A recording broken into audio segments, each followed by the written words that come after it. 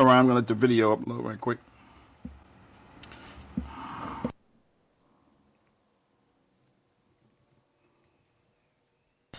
All right, this is Trump and the GE.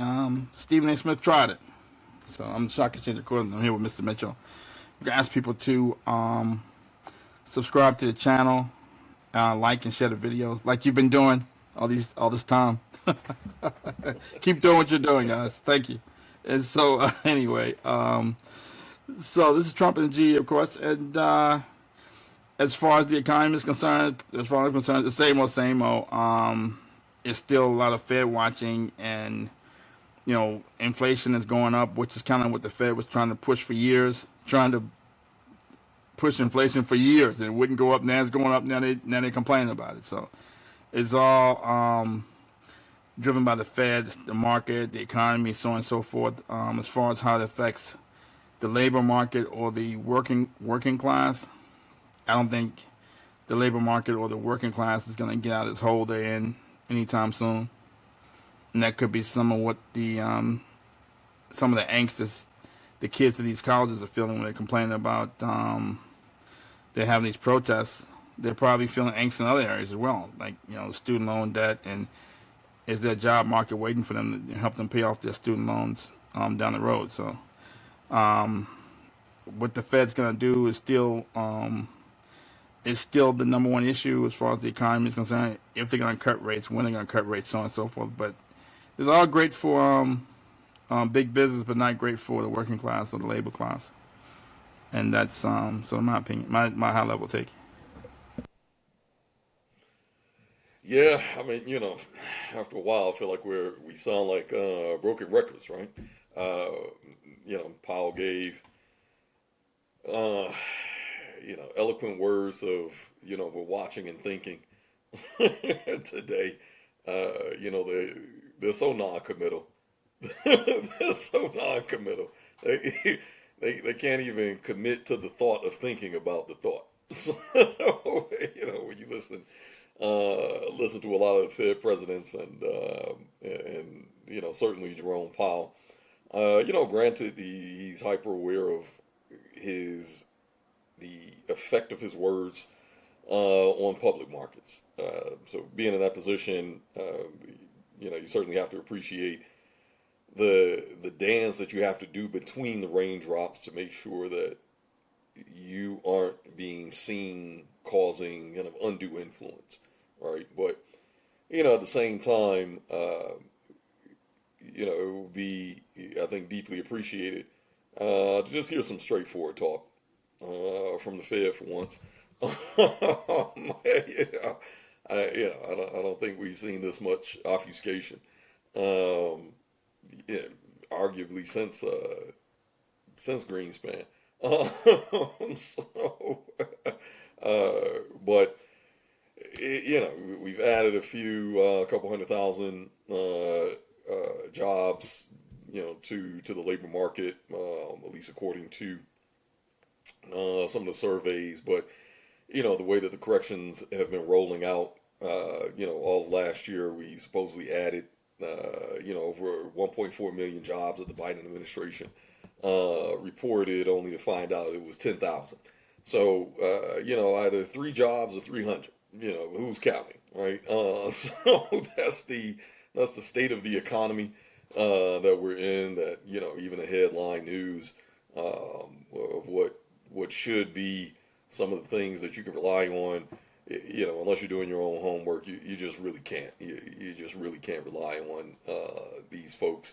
And at the end of it all, we're seeing some food prices falling, stabling out a little bit more as compared to the last 2 years. Gas prices were rolling back, but due to the Mid East, we're seeing a slight bump up back into northern territory, which you know doesn't look like it's going to be more than hopefully a scuffle, certainly between Iran and Israel, and the rest of the Middle East as they're drawing definitive lines in the sand. So if it doesn't go further than where it currently is, which based on statements that have already been put out, doesn't seem like Iran is interested in engaging into a full scale war. Unless Israel kind of jumps, frankly. Iran pretty much took a very measured approach. With the leaving the door open that hey, if they feel froggy, then leap. But Israel, I think, has their hands a bit tied, kind of globally at this point. So I think we'll see gas prices continue to just kind of stable out between now and now and the election. So presently, the pain hasn't increased. Neither has it decreased. It's just kind of getting used to the current pain levels throughout the economy. But that's pretty much where we are. Right. I'm sure Biden's going to try to manipulate those gas prices between now and the election somehow. But okay, He needs so all the points he can get. I don't right, doubt it. right. So okay, so thank you for that. So Stephen A. Smith tried it, and let's see if he'll try it again. But he's not doing anything illegal, but we're not doing anything illegal either by calling it out. But apparently everybody wants to be Trump with a G. And you can't find any black person who's not a Trump supporter all of a sudden. And so when we were doing this town hall meeting a while ago, people like Trump and a G. Why you focus on Trump? Now all of a sudden, who's not focused on Trump? You got Kodak Black, Snoop Dogg, Benny the Butcher, Kevin Hart, Cat Williams,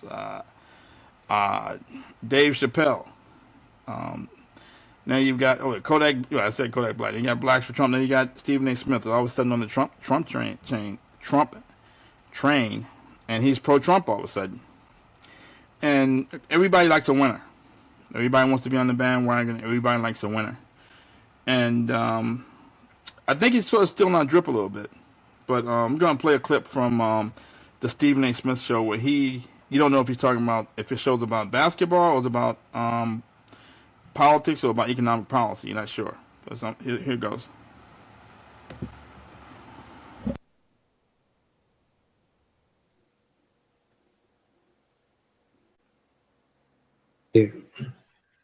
All you're doing is showing that you're scared you can't on the issues and the merits. That's why he keeps saying it's a political campaign against me. That's why he keeps saying they can beat me at the election, at the polls. This is the only way they could do it. And if you don't put him in jail, and he still goes from being the presumptive GOP nominee to the official GOP nominee, and he goes to the polls, even though he was going to whine about winning and being rigged again, you have given more fodder to that argument, which means we'll never have peace in this country because tens of people see what extent the other side is willing to go through just to keep him out of office because they can't beat him on their own merits. And they're going to say, hey, you trumped this up against him again, and we'll have no peace. When all you got is figure out a way to beat him.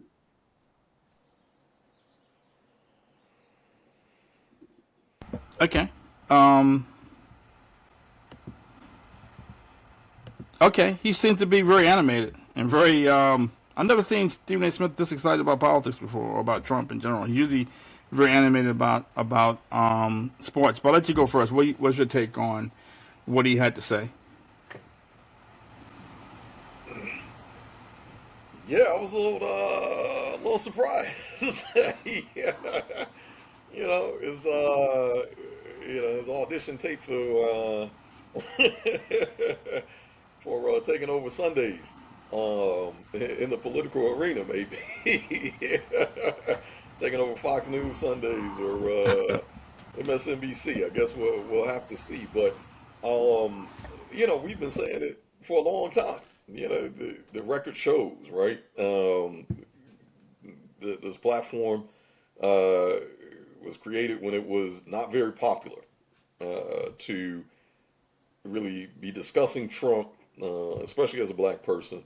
Um, the amount of dismissals and responses that folks would get, and I think Ice Cube stood as a great example of how black men were treated, um, even so much as you know looking like or giving an impression that they're leaving a door open to a discussion from just anything that is not Democrat aligned.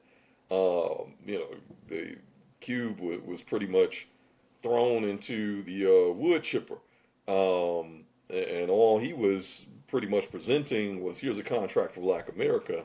I want to sit and talk to both sides.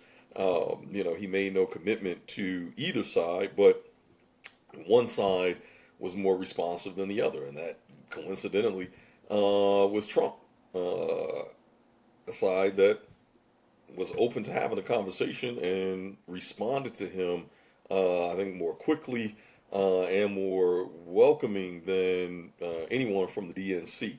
So, the long and short is that it's taken a while, which we've said on here, numerous times.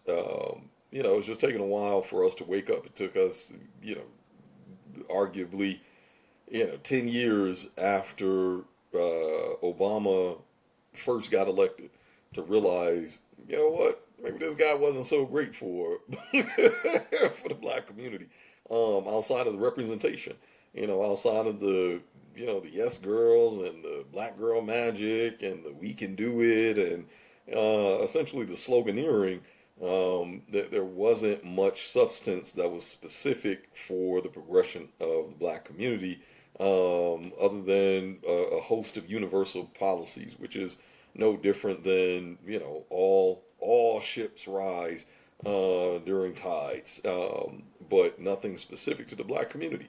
And it seems like just in time, where if you look at that timeline, folks are now kind of waking up to looking at how terrible the DNC has been, how terrible even the sloganeering of vote blue no matter who, which, to this day blows my mind that that was a slogan that largely got approved and largely got touted by many, lifelong Democrats. To me, it's openly spouting ignorance. Vote blue no matter who, literally in the slogan, no matter who. So no matter what they stand for, no matter the policies, no matter the impact, simply because they are aligned with a political party. I mean, that is the most deeply ignorant statement that someone can make, and certainly putting action behind it, where they're voting blindly. You're literally telling people to vote blindly simply because they're aligned with a particular party. And it's that type of mentality that has shown black folks, look at what this administration has been doing for the last 4 years. Everything that, was built on get Trump out. What about education reform? Get Trump out. What about, the over policing? Get Trump out. What about this inflated DOD budget? Get Trump out. Every iteration, no matter what the concern was by constituents, no matter what the policy issue was, the response by the Democratic Party was get Trump out. And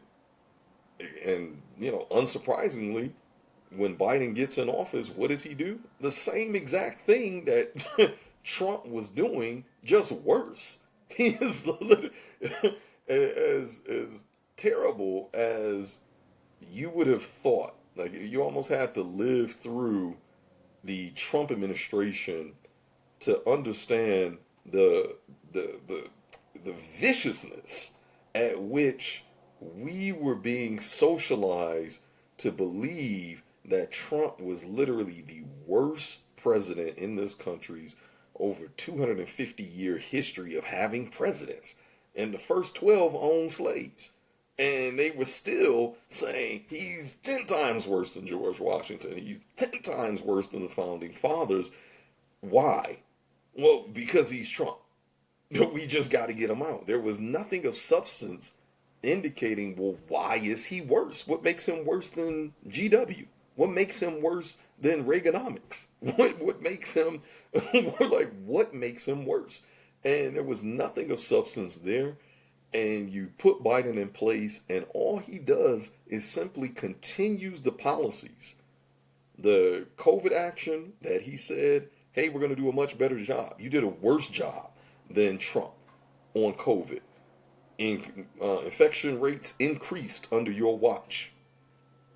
You said you were going to do a better job servicing the nation and providing access during this COVID period. We got less. Like, there were less checks coming through. We got an increase in taxes. So not only did you send out less money, but we also got an increased taxes on the money that we would ultimately have to claim as normal income to what you send out. So you you actually took some of it back when you consider the taxes that you've had to pay. The response to education.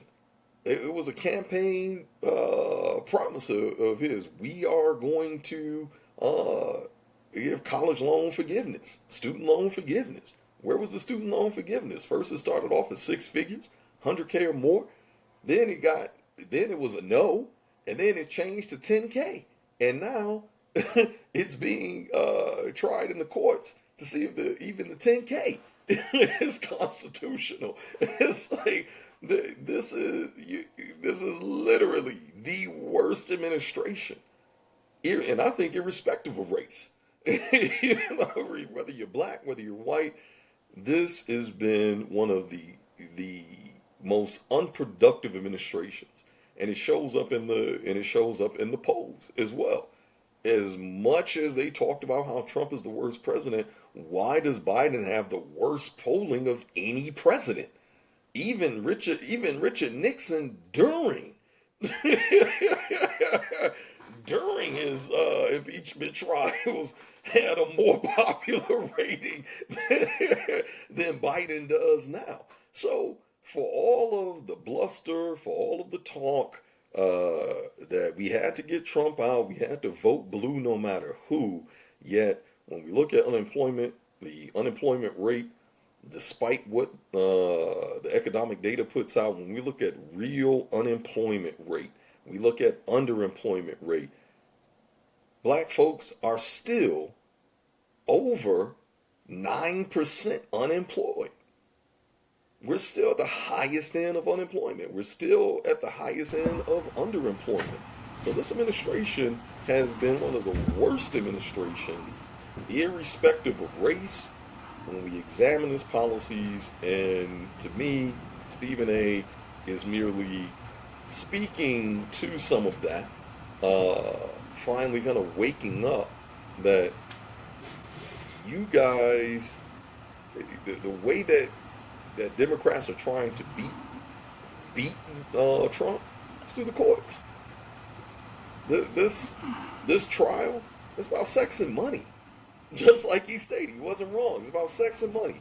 He cheated on his wife and wanted to give some hush money so he could sweep it under the rug. Of course, during the time when he's running for the president, but at the same time, whether you look at it fortunately or unfortunately, there's no law for cheating on your spouse. Right. But it seems like everything he's doing though. It seems like everything he's doing though, whether he's paying hush money, or if he tied his left shoe before he tied his right shoe, it somehow was gonna affect the next election. That's the that's the tie-in. Like Right. he paid hush money And because he that's what knew they're if he trying to. didn't, he was gonna lose the election. Beg your pardon? Right, and that's a big what if. That's a big what if. They're trying to lead the American public to believe, well, if you had known this fact, if this fact had been properly adjudicated and decided on, then a certain percentage of you all would not have voted for them. Right, which is same time. That's really what the prosecution is trying to say, and really not even the prosecution. It's what Democrats by proxy are trying to say. This is no different than the U.S. supporting Ukraine to try to go to war with Russia. This is just a Gotcha, proxy war. gotcha. That's it. Democrats are at a proxy war using the courts, using prosecutors to try to keep Trump out of this coming election. That's all it is. We literally see it on every single level. We already talked about, what was it, last month or a couple of months ago, the clerk's office out of Nevada, and I believe it was Maine as well, where they made the decision to take him off of the ballot and was being touted as brave and courageous. And it's like, and to me, all they're doing is simply adding more fuel to the fire of determination. Right, You're I got you. making this man the most popular potential candidate in the history of candidates. That's all you're doing. Right, It's right, like if you feel that he isn't a viable candidate, to Stephen A's point, run, beat right. him, right.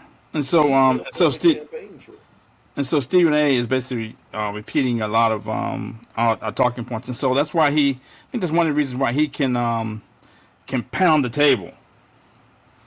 He can pound the table because he got a tidal wave behind him. He's not pounding the table like you know when Trump was first running for office or when Trump was in office. Now he's pounding the table because he knows he has a tidal wave behind him, and it's almost like a Muzak. The Russians did it when Trump got elected. The Russians did it. The man's been impeached twice, so on and so forth. But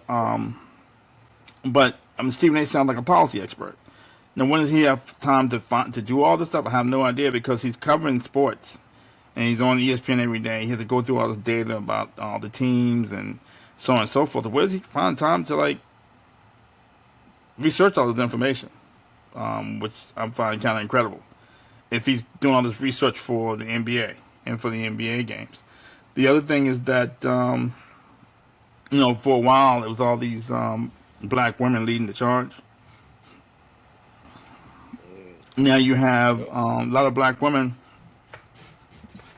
I think, are silent, and the silence is palpable. Only ones you see on maybe Joanne Reed, you see a couple of people on TV, but you don't hear a lot of black women pounding the table anymore. A lot of them are struggling financially. I think this pandemic wiped a lot of people out, especially people who had these small businesses. You had all these boss chicks. You're a boss chick with 2 employees or 3 employees. You know what I mean, a lot of these small businesses are either wiped out or struggling. You don't hear their voice anymore, and now you hear the black male voice is the one that's standing up, like Stephen A. Smith. You don't hear anybody saying, "Why don't he sit down and shut up?" Like they told what's the rapper out of Florida? Sorry, I can't remember his name. Luke Skywalker. Luke? Yeah, I think Yeah. someone told Luke to shut up, sit down and shut up. Why is he getting involved in Yeah. politics? Now they're asking for black male voices. All you hear black male voices about politics. You hear Nina Turner on the Breakfast Club quoting black males, saying, not quoting black males, saying it's not going to be black males' fault this time. So now you hear the black males coming front and center when amid stormy seas. And so we talk policy on here. And so anything where you talk about Trump and you're not calling him racist, you're not calling him out his name, you're not calling him blah blah blah blah blah, or saying the incendiary stuff, people thought that you basically a de facto Trump supporter. But we talk policy, and people get mad like you acting smart. How dare you act smart and talk facts and figures? And so for the past decade it's basically been a bunch of mysticism. So and so's going to do this because this is how we feel. This is what we think. Bunch of mysticism and not looking at data. And so now you see people looking at data. Looking at facts and figures and using research to buttress their arguments, and not just, like you said, sloganeering or a bunch of emotion. And so I thought that was that's another storyline that people aren't really talking about. And then you have the black male voice stepping up and saying, this is what it is, challenge me.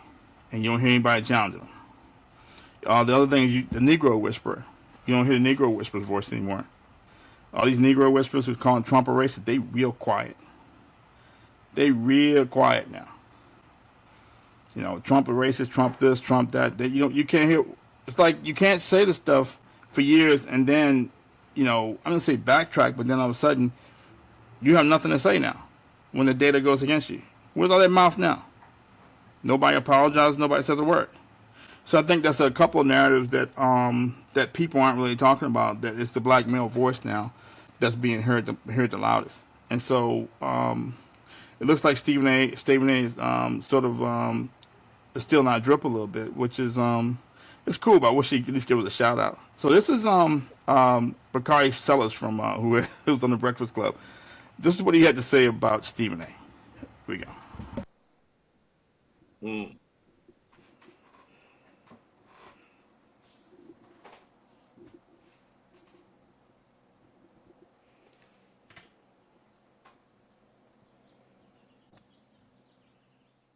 Stephen A. Smith.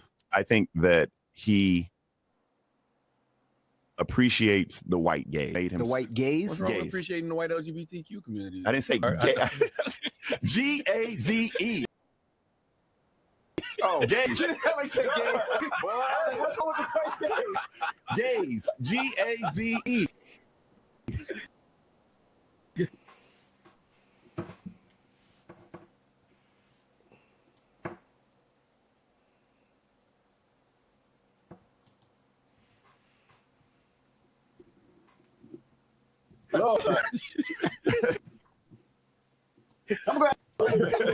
But nah, he piles around with the Sean Hannity's and Tucker Carlson. He gives him a platform. Just last week he's talking about how when Donald Trump says that black folk find it relatable that he's going through his prosecution, I think his intellectualism, Stephen A. Smith, confused that persecution with prosecution. Like there is, you cannot compare the plight of my father, who went to trial, went to prison, right? That is a percolate of Donald Trump. Shot at. Yeah, shot, not even shot at, yeah. right? So you can't compare that. And I think that he talks loudly. He comes from just a place of anti-intellectualism where he doesn't know. And I think that he used as a conduit for white supremacy, particularly in these echo chambers. White conservatives are able to be like, when you say dumb stuff like, black people find it relatable that Donald Trump is indicted, right? Perpetuate stereotypes. Yeah, so audio was kind of spooling a little bit, but is this fair on his part? Isn't this kind of odd? Because you talk about anti-intellectualism, because Bakari Sellers was one of the guys on CNN who was talking negatively about Trump. Wasn't he one of the guys that talked negatively about Trump, Trump this, Trump that, blah, blah, blah, blah, blah. And now Stephen A. Smith is on the other side, and Bakari Sellers talking about anti-intellectualism. Nothing Bakari Sellers said over the past decade has come true, in my opinion. Nothing he said, if you go back and look at the tape of him on CNN when he was on Don Lemon, he was so bad. The Don Lemon show was so bad and so anti-intellectual, they canceled the show. The Don Lemon's on X. And now he's on the Breakfast Club. Bakari Sellers on the Breakfast Club. So is this a little, I'm going to say hate, I hate to use that word, but is Bakari Sellers a little upset that people listen to Stephen A. Smith on the political landscape and not him?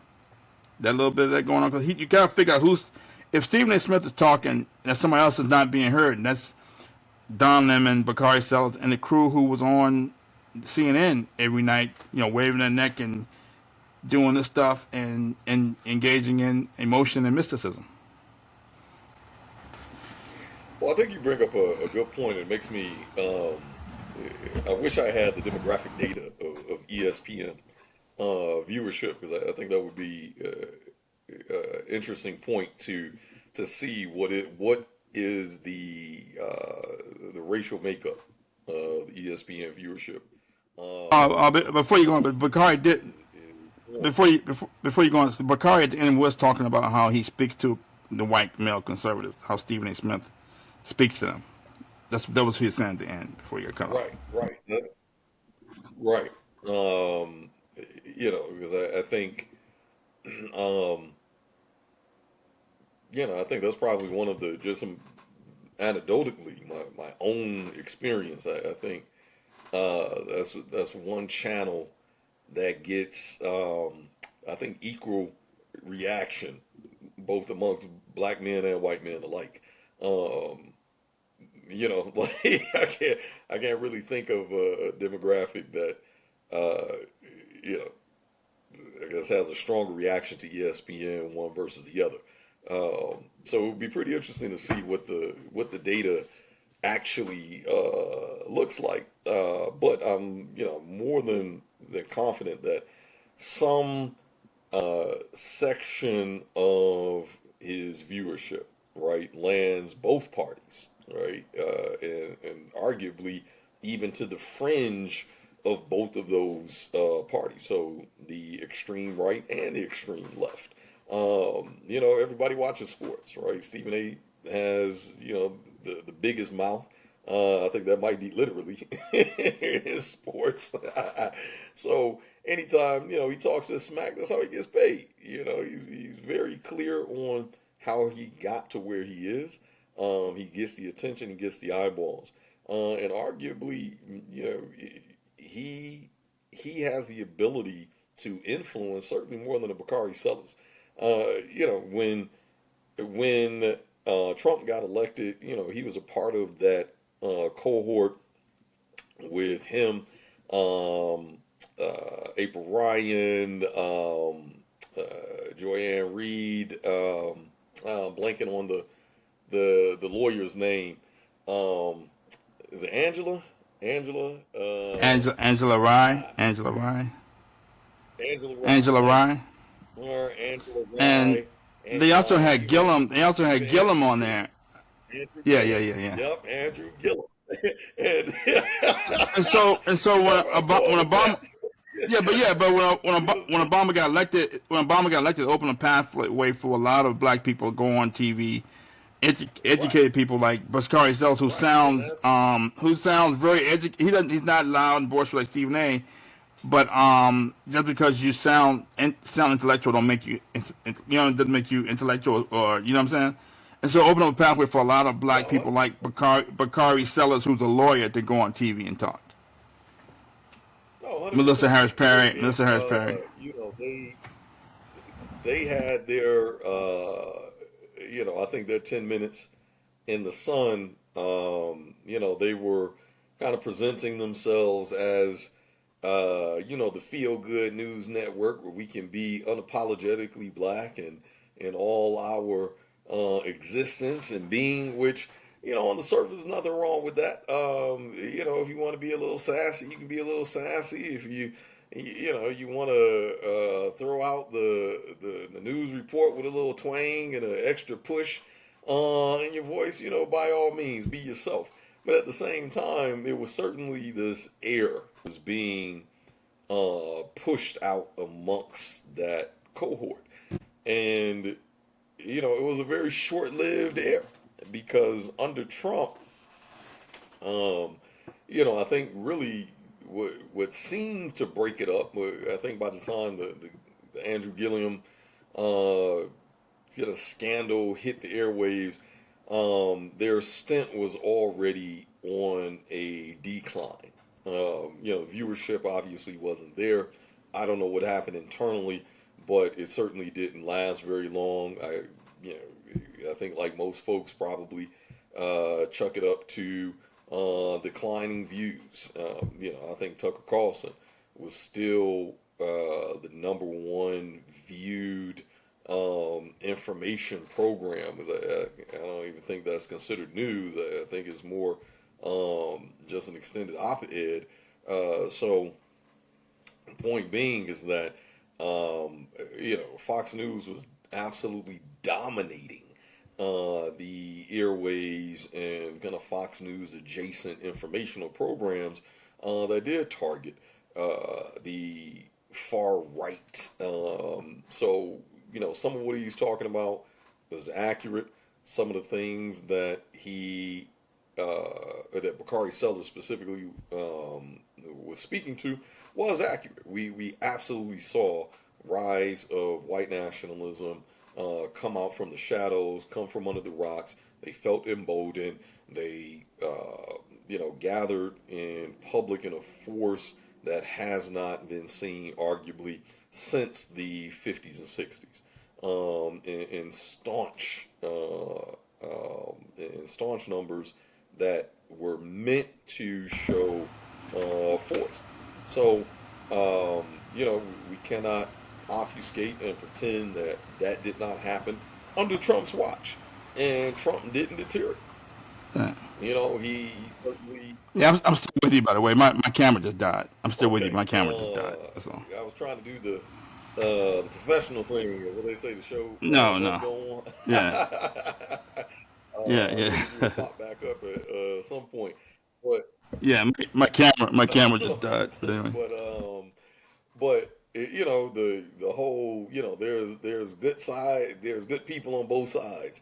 Response to, I believe it was Charlottesville, if my memory is correct. Just kind of speaks to how Trump did not dampen, certainly dampen the rise of white nationalism. I think he certainly played into it, because Trump is, at the end of the day, a showman, and that is a part of showmanship.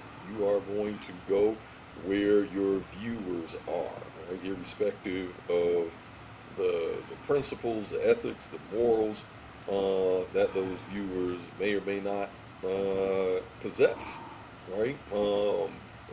And that part has to be spoken just as loudly as the other parts as well. So I think he got that right. He was spot on, but at the same time, I think one of the things that black folks we've long since understood, since slavery, is that, and I think Reconstruction, the 30 years, 30, 40 to 40 years of Reconstruction era was the experimentation, the political experimentation amongst black folk, the aligning with movements that were meant to bring unity based on class. The populist movement, for example, where poor whites, along with the majority of poor blacks, were able to unify along class lines and say, hey, we're all in the same boat. It's really the elites. It's not a black and white thing. It's not a race thing. It's a class thing. So let's unify ourselves and kind of fight the powers that be, and in turn gain power for ourselves. And we see the result of that. That when whites were able to move socioeconomically from one class to another, who did they leave behind without even skipping a beat? Black folks. So, and there were many other movements, in other words, where we learned firsthand, right? Like, what is it that we're going to have to deal with as a community? What is going to be a constant? And one of the things that's going to be a constant is racial bias, racial terrorism, white supremacy, white nationalism. These things are constants. I don't care what the progress is and how much people think the civil rights movement has progressed things. White women have been the largest recipients of affirmative action. That is a material fact. That is not opinion.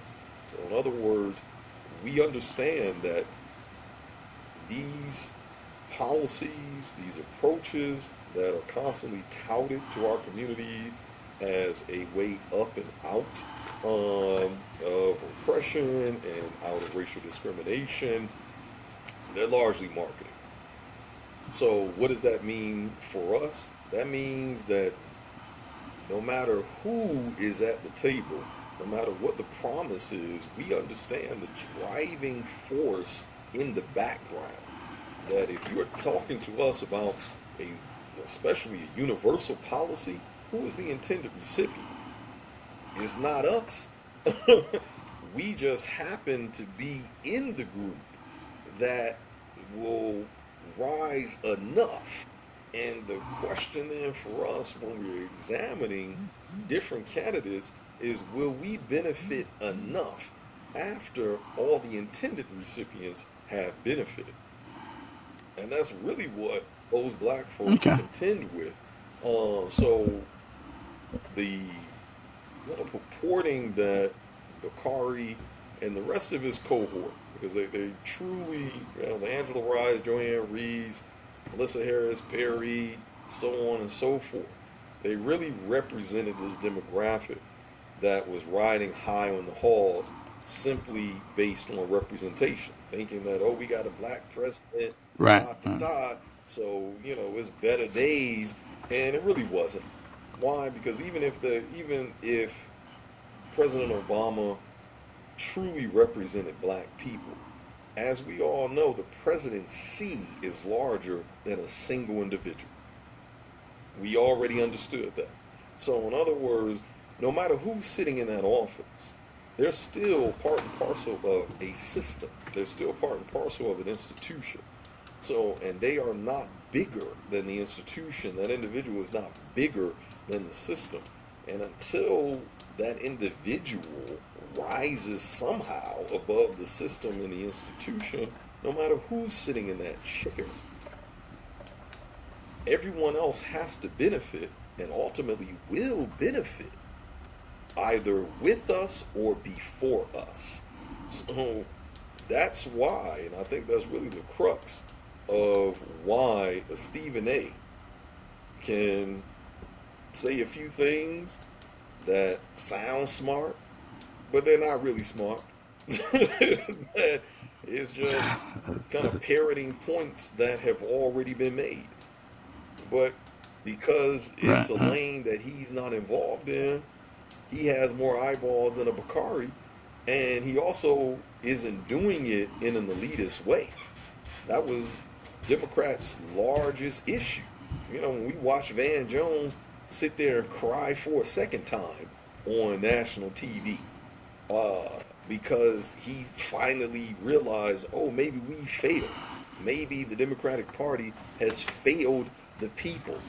You think?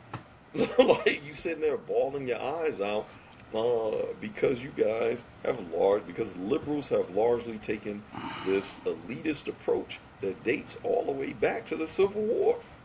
If you recall, that was one of the largest dividing factors between the North and the South.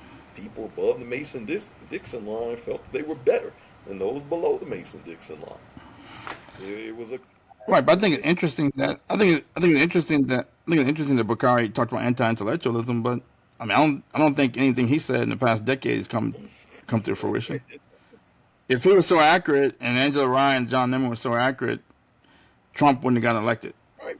to begin with, and he'd still be on CNN, and still being a guest on the Breakfast Club. But the other thing about Stephen A. is that I think people criticize him for not having his own show, always working for ESPN. But ESPN's been laying people off. I think they kept him on. He's making $10 million a year. They didn't want to seem like totally racist by laying off the last black man at ESPN. So I think he's trying to diversify his income. I think he's trying to.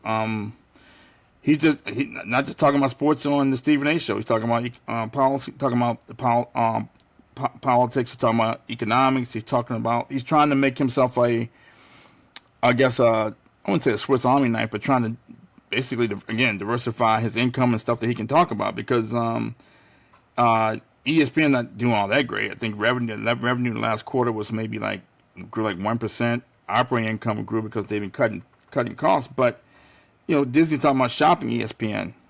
They're talking about shopping ESPN, And I don't think Stephen A. Smith is as influential in terms of sports as he was 5 years ago or 10 years ago. I don't know anybody who listen to him about sports anymore because you got other personalities on there. You have other like people who talk about sports. You have Mark Jackson has his own show. You have It Is What It Is. You have other people who talk about sports, and they're not biased. You have, I don't think people listen to Stephen A. Smith anymore for sports, and I don't think Yeah, that's an people interesting point. people Yeah.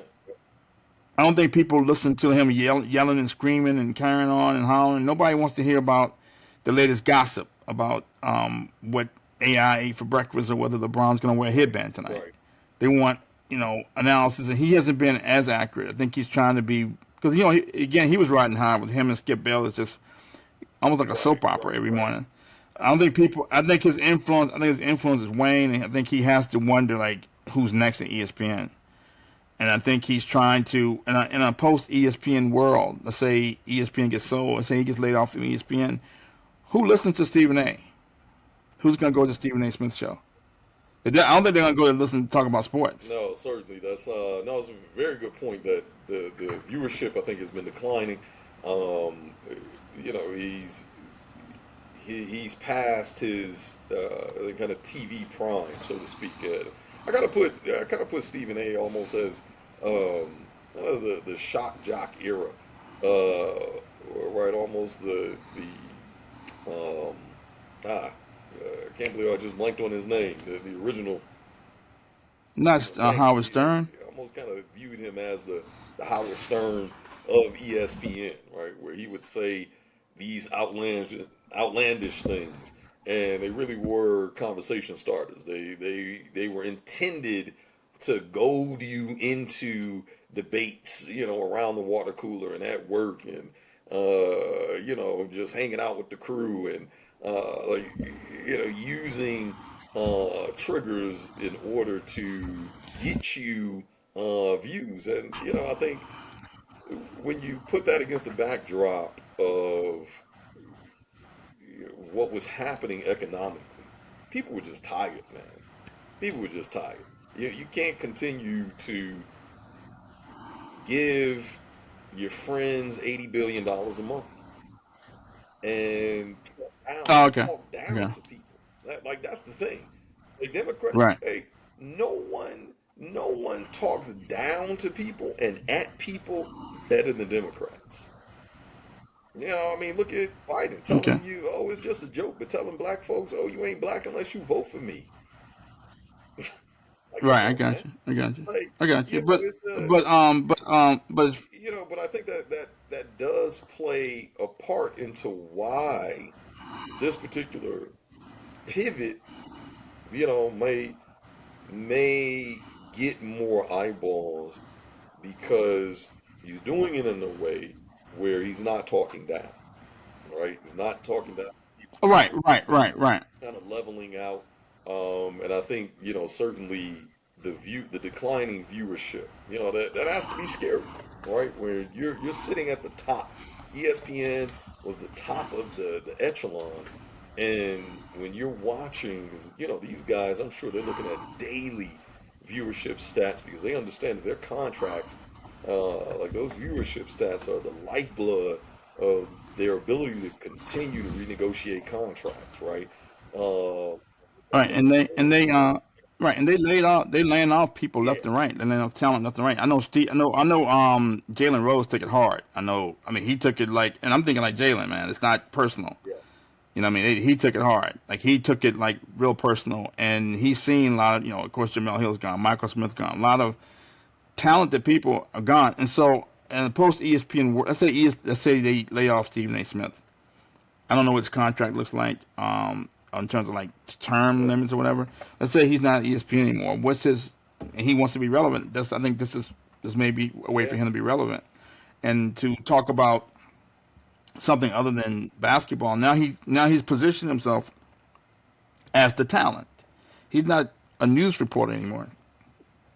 He's not interviewing AI or LeBron or bringing an athlete on there. Now he's the talent. He wants Sean Hannity's show and start talking about Trump and start talking about politics. It's So he's a talent now. I understand.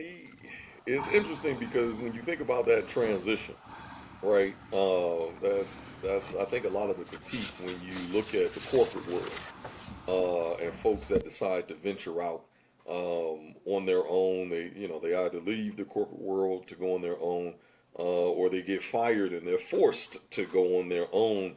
And kind of the big scary boogeyman being in the corporate universe is just that, striking out on your own. You become the cautionary tale.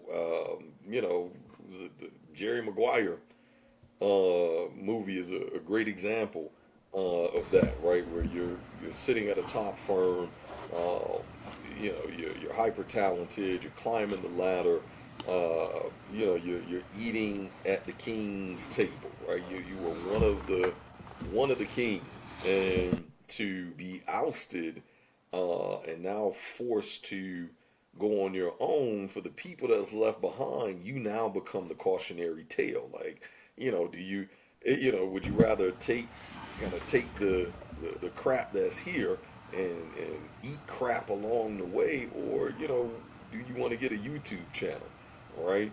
And uh, we really have yet to see anyone from a pundit lens, right? 'Cause that's what Stephen A.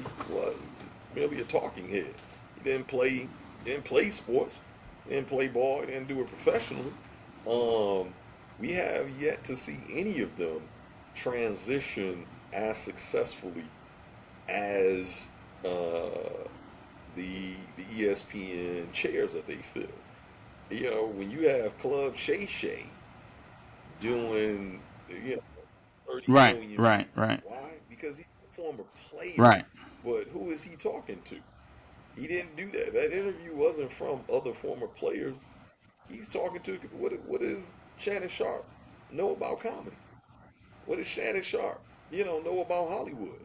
I mean, we see that But very what cat, little about but what, anything that doesn't involve football.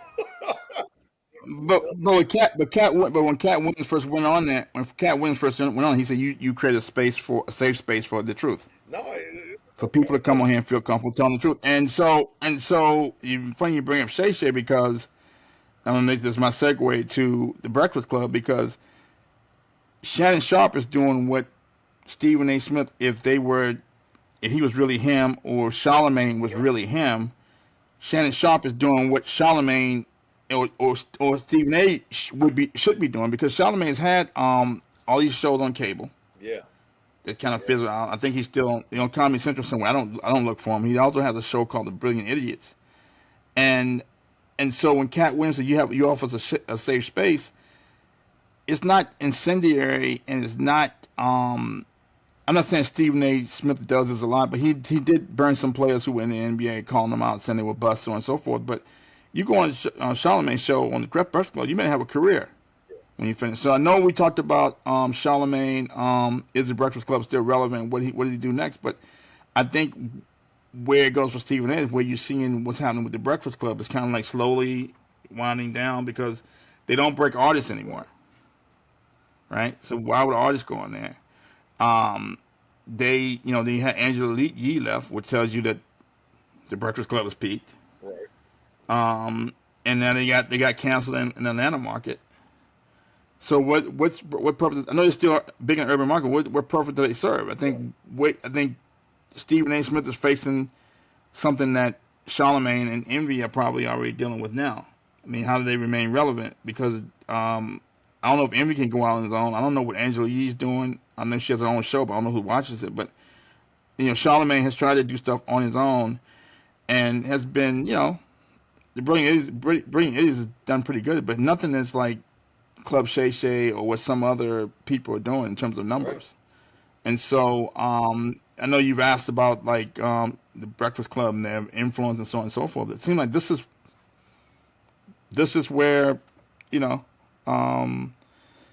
where it's going, where you have the Breakfast Club has to bring Bakari Sellers on there, and it's relevant because they're talking about Stephen A. Yeah.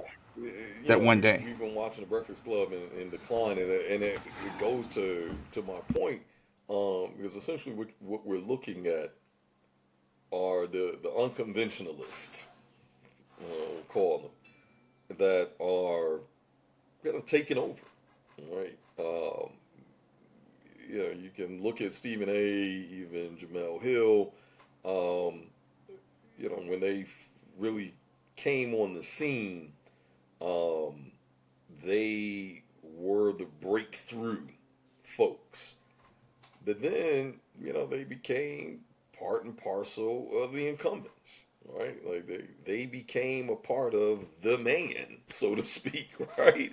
And ironically, you lose that identity to some degree, because now you're corporate, right? Now, you have to kind of walk this straight and narrow. You can't step out of line too much. We've seen Stephen A. too many times, especially amongst black folks, where he said things that were taken as absolutely traitorous, and frankly, just an insult to blackness and siding with black. And he apologized for some. He apologized for some of the comments he made about Trump. By the way, he apologized. Yeah. And it's like, it becomes more and more evident that, you're shilling, right? It's like you're tap dancing to keep your job. And while, realistically, I think he has a family. I genuinely don't know what Stephen A's, personal life is, what his status is, but I would like to think he is at least feeding some folks around him, hopefully. When folks are depending on you, to, house, feed, and clothe, much like some of these players, it changes the decisions that you make, or potentially changes, but it certainly gives greater weight to the decisions that you make. But at the end of the day, from the impact and the way that it's expressed, it's left a bad taste in a lot of people's mouths. And I think for the last maybe few years, I feel like he's attempting to dial in and revamp his reputation a bit. I feel like, Right, he's becoming almost. yeah. No, Go I was ahead. just gonna say, I feel like, he's taking some of the feedback and realizing that he either needs to adapt, or he's going to, he's going to die off, um, in that space, right? He's going to die off like Right, right, dinosaurs. So I think what we're watching is right. And he. evolving of Stephen A. And I think the same thing, Charlemagne has tried to stay relevant writing. I think he saw the writing on the wall, hence even his, I think I think it's literally been half a dozen attempts between the various shows, and even other podcasts that he's had, but essentially, these projects that are external to the Breakfast Club. There's been at least half a dozen projects he's been a part of, and I want to say easily more than that. And I don't think any of them have garnered the same success as the Breakfast Club has. But between the whole housing scandal with Envy, Yee, and I don't really see Angela Yee per se as a loss. I feel like the viewership, her leaving, it didn't have that significant of an impact on what may have already been declining viewership. Um, you know what I mean? It's, you know, yeah, I just don't. Maybe it shows up differently in the numbers, but between Envy and Charlemagne, um, and it's really just kind of left Charlemagne to be the one to carry, because when Yee was on there, Right, right. Envy was quiet a lot. He would chime in here and there, but it was pretty much between Yee and Charlemagne that would have to carry the show, carry the guest. So, you know, but it was Envy that brought in, at least according to them, Envy was the one that got the show. He was the showrunner.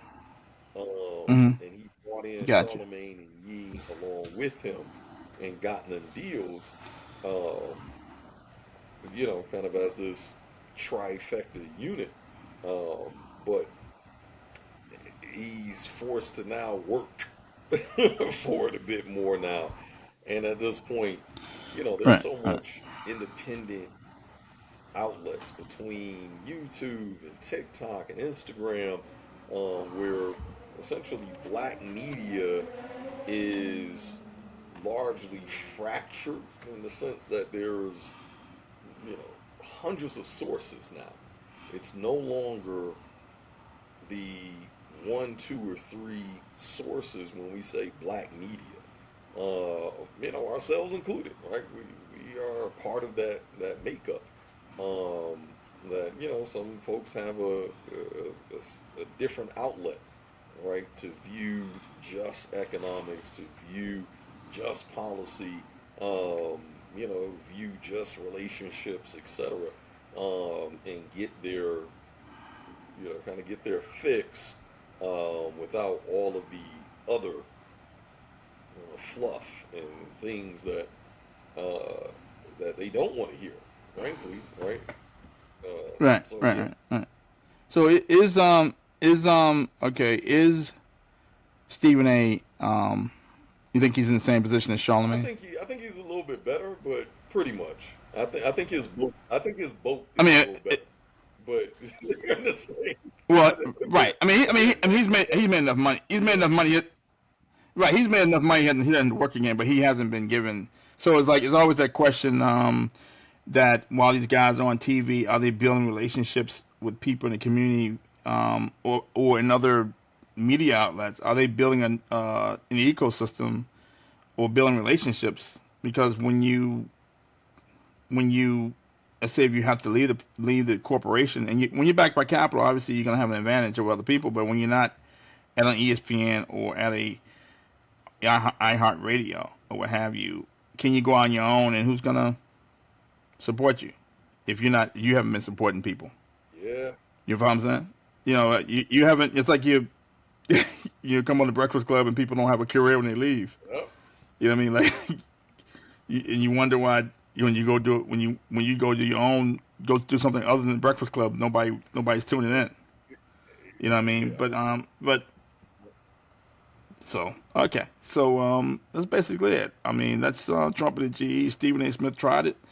He didn't apologize after D.L. Hewley chewed him out. But let's see if he tried it again. So this is at the end of the day, we're in the media, and so we have to be attuned to what's going on around us. So that's Trump and the G. Thank you for tuning in. Thank you.